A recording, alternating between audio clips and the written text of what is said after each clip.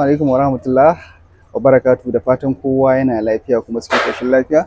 A yau na zo ne muku bayani ne akan me yasa wai mutane kashi 90 ɗin traders suke failing ɗin Profirm challenge.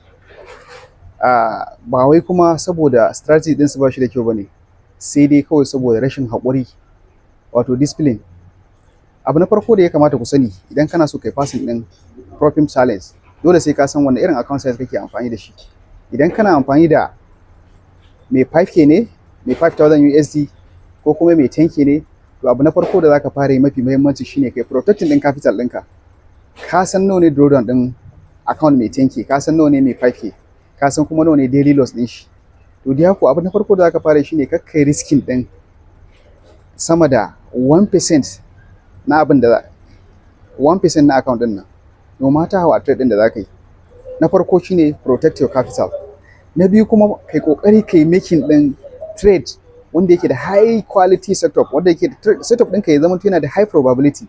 Idan yana da high probability sai ka jira ka yi haƙurin da zaka shi zai baka dama kai trade successfully.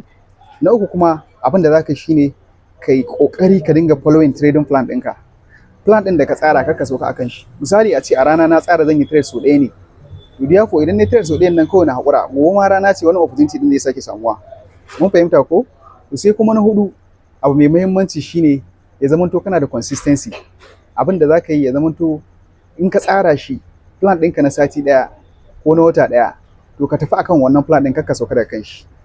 Idan ka yi wannan abin, to insha Allah zaka ga kana yin trading cikin sauki. Kamar yadda na faɗa muku dai, wanda bai san, wanda ya fara zuwa wannan channel ɗin na farko, sunana Ismail Ibrahim, wanda aka fi sani da Sharubutu FX. Duk wanda yake so ya trading da Profirm din da nake trading, ga link na a ƙasan wannan bidiyon. Sunan Profirm din Nextlevelfunded, kuma akwai discount code ga wanda za su siya. Sannan kuma muna yin giveaway time to time.